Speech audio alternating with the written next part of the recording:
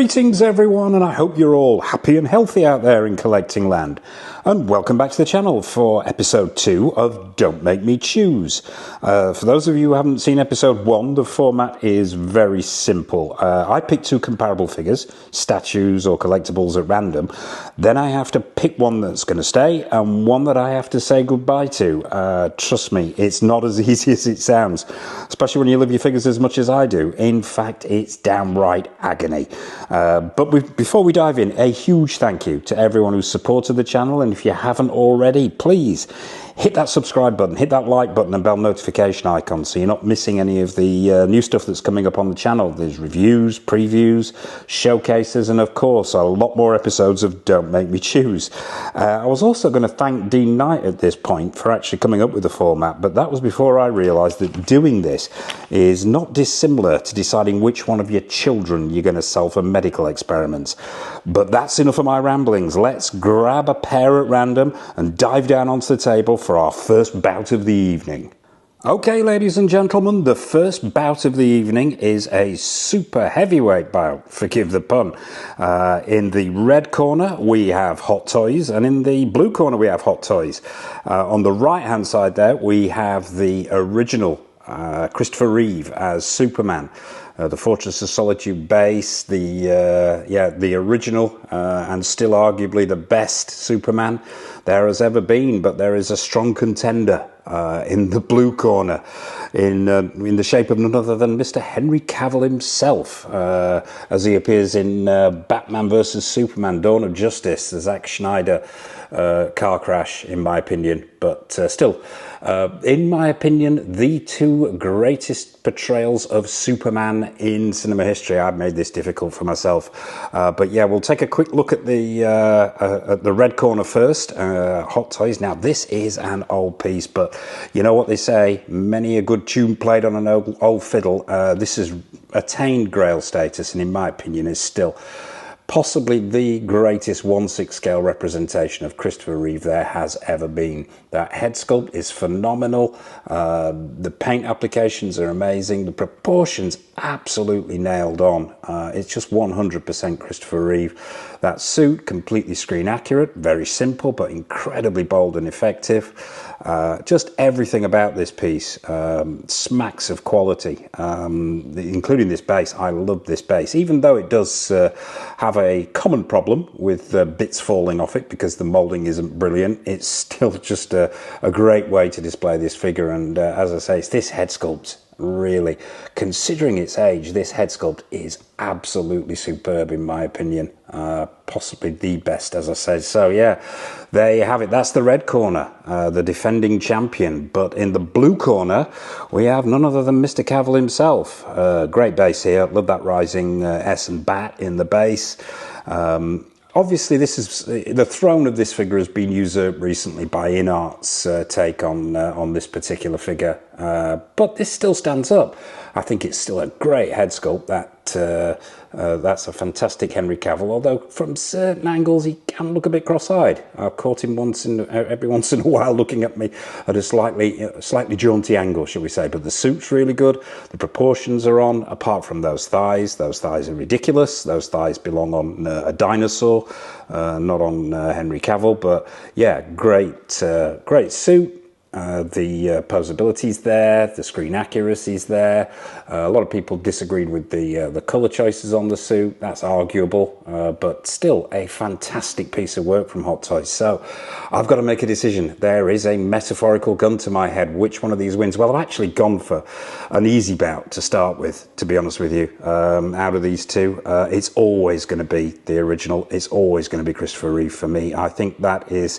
It's an amazing example of Hot Toys, even now, even to this day, an amazing example of Hot Toys doing what they do best. And I still think today it stands up as a truly remarkable piece. So yeah, a very, very easy victory for the first bout of the evening. The Super Heavyweight League is taken by Christopher Reeve, absolutely 100%, no contest, knockout in the first round. So let's move swiftly on to bout number 2. Okay, ladies and gentlemen, it's time for bout number 2 of the evening, and on the bill now are a couple of classic horror pieces. Now we're going 1/6 scale statue on this one. In the red corner, we have the Trick or Treat Studios Boris Karloff as Frankenstein's monster from the original movie. And in the blue corner, we have Vincent Price from House on Haunted Hill. We'll start with the red corner. We will start with Mr. Karloff himself. Now, I do love this particular statue. I am a huge fan of classic horror movies, as regulars to the channel will know. Fair to mention at this point, pretty much everything you see in these Don't Make Me Choose videos has been reviewed on the channel. So if you're wanting to see a more in-depth review, please check out the channel. You'll find them on there. If there is anything that does appear in these videos that's not there, it will be coming up shortly. But yeah, back to the job in hand. This is not going to be an easy one. As I say, this is made by Trick or Treat Studios. The pose, just the whole thing, the whole piece just really works for me. I think it just captures that likeness of Boris Karloff, that likeness of Frankenstein's monster. Very simple base, just the one skull on there, those huge feet. If I have a complaint about this particular statue, I would have to say it's probably the paint application on the jacket and trousers is a little bit too gloss for my liking. And maybe the paint application on the head could be a little bit better as well. But I do love the pose they've gone for. It really does capture that sort of the slow movingness of the character, but also in the head sculpt, that sadness as well. I really do like this piece. I think it displays so well, and it's so photogenic when it's properly lit. So there you have it. That's the red corner. That's Frankenstein's monster, aka Boris Karloff. So over to the blue corner, and in the blue corner we have Mr. Vincent Price from House on Haunted Hill. And I love this piece as well. Absolutely think this is brilliant. This is made by Infinite Studio, Italian company, and I think that they are producers of some of the best 1/6 scale statues. I could spend hours just looking at this base. You've got skulls and bits of human remains, and this fantastic sort of cobble floor with this Art Deco edging. The paint applications on here are phenomenal, really good. The screen accuracy is totally on point, even though the film was in black and white. They have got the original pinstripe, grey pinstripe, which is what Vincent Price wore in the film. That head sculpt, let's get a close-up on that head sculpt.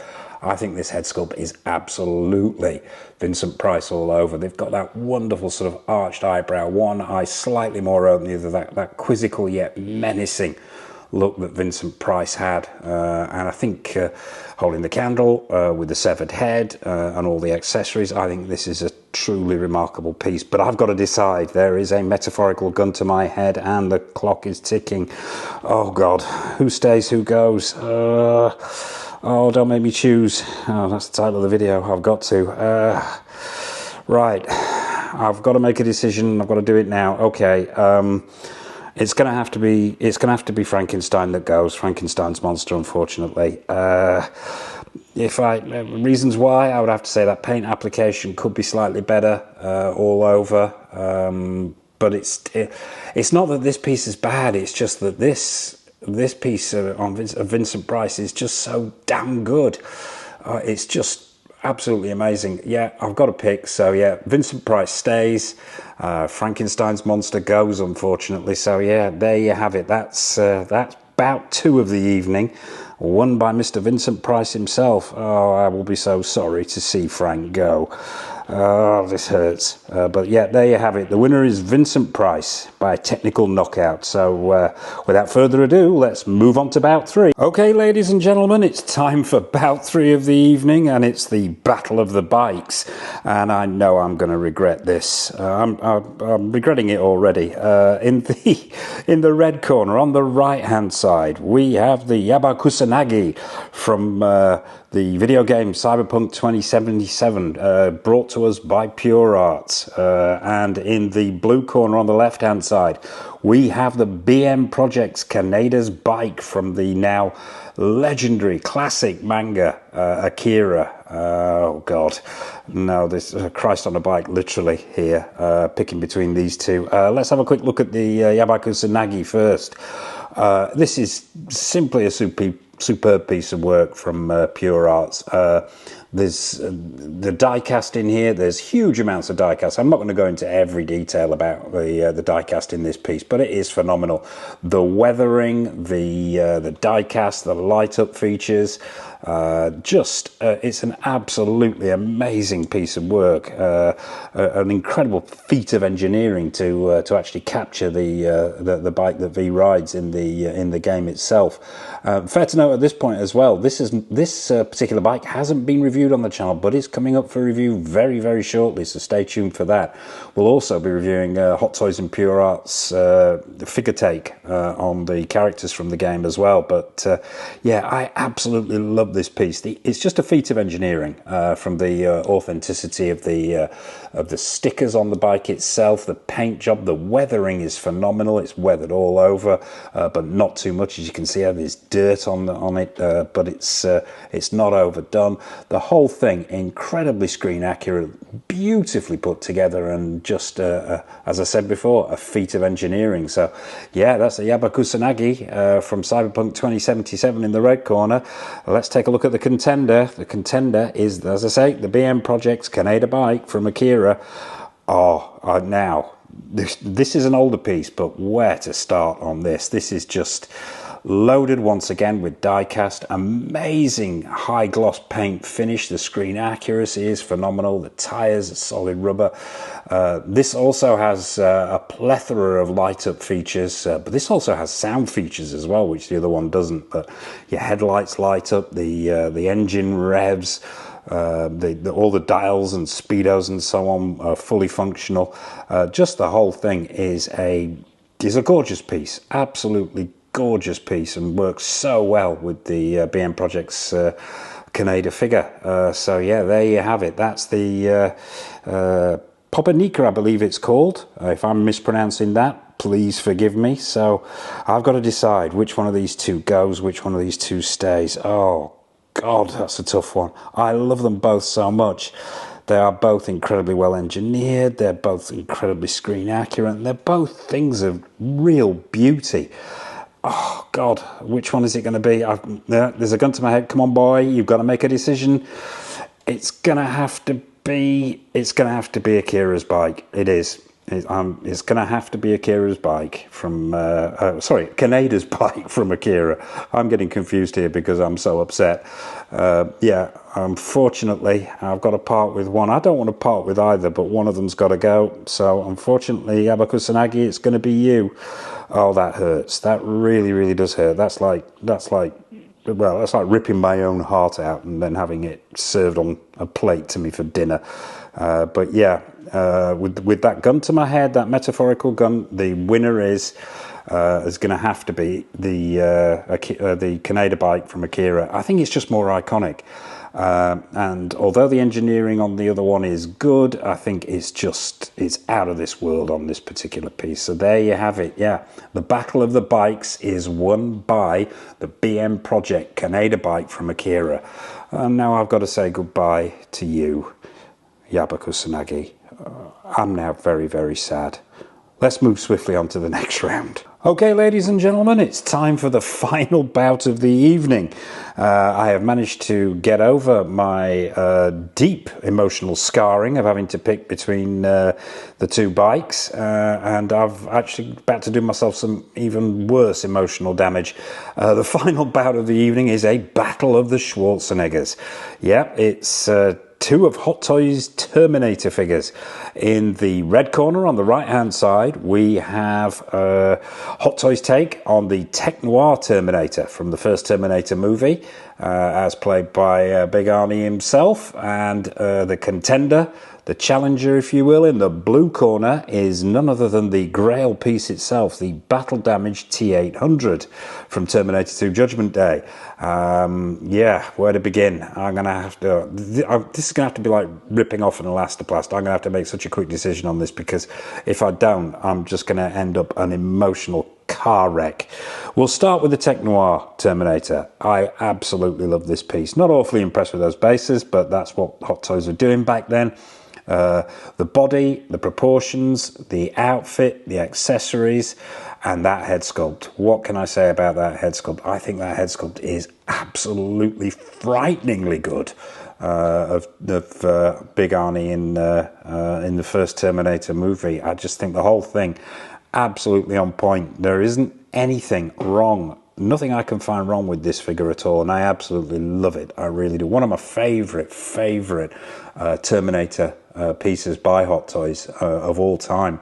So yeah, absolutely on point, and just a love affair I have had and I'm still having. But let's check out the blue corner and the contender, the Grail itself, that is the battle damaged T800. Now, I'm not going to go into too much detail about this. An awful lot's been said about this piece, and yeah, you've probably heard and seen most of it already. But from that phenomenal head sculpt to the screen accuracy, the body, the accessories, and my piece has not suffered from any pleather deterioration at all. It still looks as good today as it did the day it came out of the box, and really just an iconic piece from an iconic film. Yeah, absolutely spot on as far as I'm concerned. So I've got to pick, I've got to choose between these two. Oh God, oh no, I've got to keep one and one's got to go. Come on, make your decision, the clock is ticking. I want to cry, I want to scream. I'm pulling my hair out here. I love this one so much, but this one is so iconic. I think, yeah, I've got to make a decision. So yeah, let's jump in with a decision. I could probably, and now Hot Toys are re-releasing this, so I could probably pick up another 2.0 version of the battle damaged T800. Not so sure Hot Toys will ever do another version of this. Maybe they will, maybe they won't. And controversially, I actually think that the head sculpt on the Tech Noir Terminator is actually slightly better. To me, that just captures more of Arnie than this particular head sculpt. And I know people disagree with me, and I know I'll probably get hung out to dry on this one, but I've got to make a decision, so here it comes. I am going to go with, controversial as it is, I'm going to go with the Tech Noir Terminator. I am. For the reasons I have just listed. Hopefully I will be able to pick up another one, so I'm not so sure about the Tech Noir. So yeah, the Tech Noir wins. Points decision, that one. It's gone down to a judge's decision. The tail of the tape maybe told some lies there. So yeah, I'm going to pick the Tech Noir Terminator to keep, and unfortunately the battle damage version that is a Grail is going to have to go. Oh, that hurts. That really does hurt. I've got to stop doing this to myself. I really have. But yeah, there you have it. That's the final decision on the final bout of the evening. So what are your thoughts on my decisions? Have I got it completely wrong? Have I got it right? Let me know in the comments section below. I'd be fascinated to hear your take on these bouts of the evening, and who should win and who should lose. And also, as well, as I mentioned at the top there, be sure to hit that like button, that subscribe button, that bell notification icon, so you're not missing any of the content that's coming up on the channel. And trust me, there's a lot of it. We have reviews, previews, showcases, and obviously there's going to be a hell of a lot more of Don't Make Me Choose. So until next time, take care of yourselves and happy collecting, and see you soon on the channel.